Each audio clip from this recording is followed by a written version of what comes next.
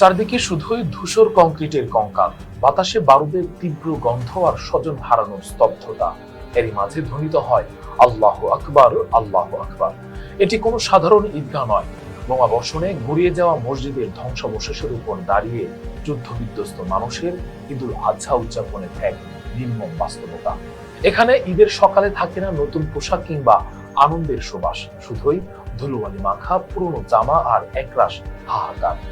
জীর্ণ তাঁবু আর খোলা আকাশের নিচে দাঁড়িয়ে অপরের দিকে তাকিয়ে যখন মোনাজাতে হাত তোলে, তখন চোখ বেয়ে নামে তপ্ত অশ্রু, যা ত্যাগের নয়, হারানোর। জীবন অবাক না করলে কে করবে? 28% মিল্ক ফ্যাটের অবাক করার সাথে ফ্রেশ মিল্ক পাউডার। জীবন অবাক করুক প্রতিদিন। এই জনপদে পশু কুরবানির সামর্থ্য কারো থাকে না। এখানকার মানুষ প্রতি মুহূর্তে নিজেদের জীবন, স্বপ্ন আর প্রিয় সন্তানকে উৎসর্গ করেই যেন পরিণত হয়েছে ত্যাগের এক জীবন্ত প্রতীকে। ঈদের দিন সবচেয়ে বড় হৃদয় বিদারক দৃশ্যই দেখা যায় কবরস্থানগুলোতে।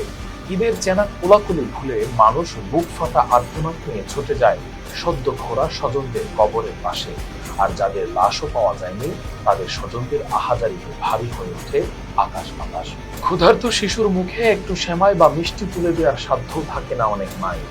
তবুও এই নরককাণ্ডের মাঝে শিশুদের মলিন মুখের এক চিত্রে কৃত্রিম হাসি আর অদম্য বেঁচে থাকার লড়াই বিশ্বকে এক অদ্ভুত বার্তা দেয় এবং প্রমাণ করে বোমার আঘাতে ঘরবাড়ি উড়ানো গেলেও মানুষের ভেতরের বিশ্বাস আর বুক চিরে আসা ঈদের তাকবীরকে স্তব্ধ করা যায় না।